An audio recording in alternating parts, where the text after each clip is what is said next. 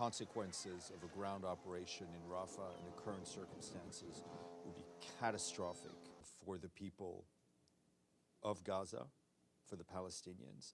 It would be catastrophic for the humanitarian situation. It would be catastrophic all around. The United Nations renewing its warnings of a catastrophe after Israeli Prime Minister Benjamin Netanyahu approved plans on Friday for an attack on Rafah, where more than 1 million Palestinians are packed with nowhere else to go. What we see in Gaza is that it's a nightmare which is much more than a humanitarian crisis. It is a crisis of humanity. Gaza is dust, and my greatest fear is what may come for Rafah.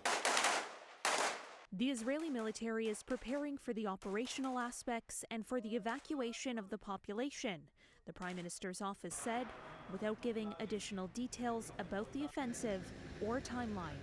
We have to see a clear and implementable plan, not only to get civilians out of harm's way, but also to make sure that once out of harm's way, they're appropriately cared for. But the Biden administration has not yet seen such a plan. A modest 200 tons of food that arrived by sea has been unloaded onto Gaza's shores, with a second ship expected to sail soon.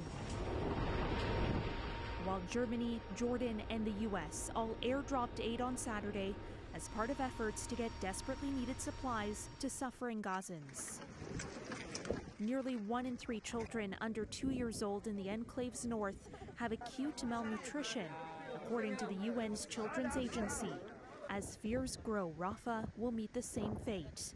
Netanyahu's indication of the long-awaited Rafah assault was delivered after a meeting of his war cabinet to discuss the latest proposal for a ceasefire by Hamas, which Israel has accused of making unrealistic demands. The White House thinks there's still a diplomatic way forward.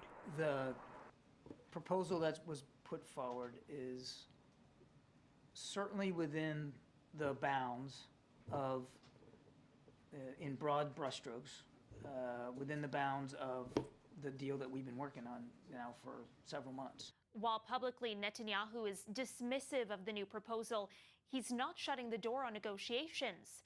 A team of Israeli negotiators led by the head of Israel's intelligence agency will travel to Doha for more talks, expected to resume as soon as Sunday.